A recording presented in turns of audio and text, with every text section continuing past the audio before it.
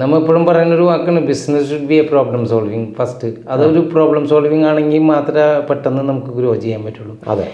ഞാനിപ്പോൾ അടുത്തൊരാളെ പരിചയപ്പെട്ടിരുന്നു. അദ്ദേഹത്തിൻ്റെ പണി എന്താണെന്ന് വെച്ച് കഴിഞ്ഞാൽ നമുക്ക് ചെറിയൊരു റെസ്റ്റോറൻറ്റിൽ കോഫി ഷോപ്പുകളുണ്ട്.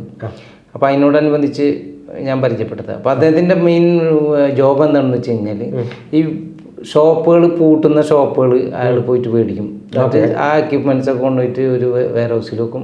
എന്നിട്ട് പുതിയത് തുറക്കണവർക്ക് ഇത് വെക്കും. അപ്പോൾ ഇയാൾക്ക് എന്ന് പറഞ്ഞു കഴിഞ്ഞാൽ അപ്പോൾ ഞാൻ ചോദിച്ചു ഇതെന്താ ഇങ്ങനത്തെ ചോദിച്ചപ്പോൾ പറഞ്ഞു ഇവിടെ ഏറ്റവും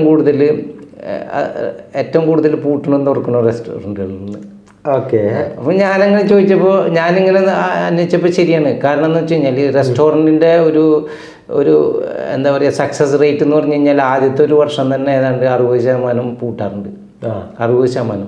4 വർഷത്തിനുള്ളിൽ 80% പൂട്ടാറുണ്ട്. അതെ.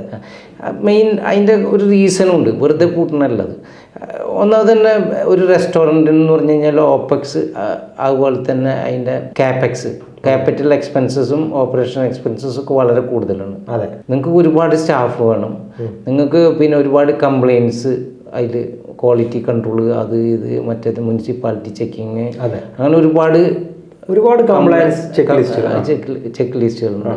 അതുപോലെ തന്നെ നിങ്ങൾക്ക് വലിയൊരു ടീം വേണം, നിങ്ങൾക്ക് ക്വാളിറ്റി മാനേജ് ചെയ്യണം, ഫുഡ് നിങ്ങൾക്ക് പിന്നെ സ്റ്റാഫ് മാനേജ്മെൻറ്റും അതിന് പിന്നെ മറ്റേ കസ്റ്റമർ ക്വാളിറ്റി മാനേജ്മെൻറ്റ്, അങ്ങനെ ഒരുപാട് കാര്യങ്ങൾ നിങ്ങൾ ശ്രദ്ധിക്കാനുണ്ട്.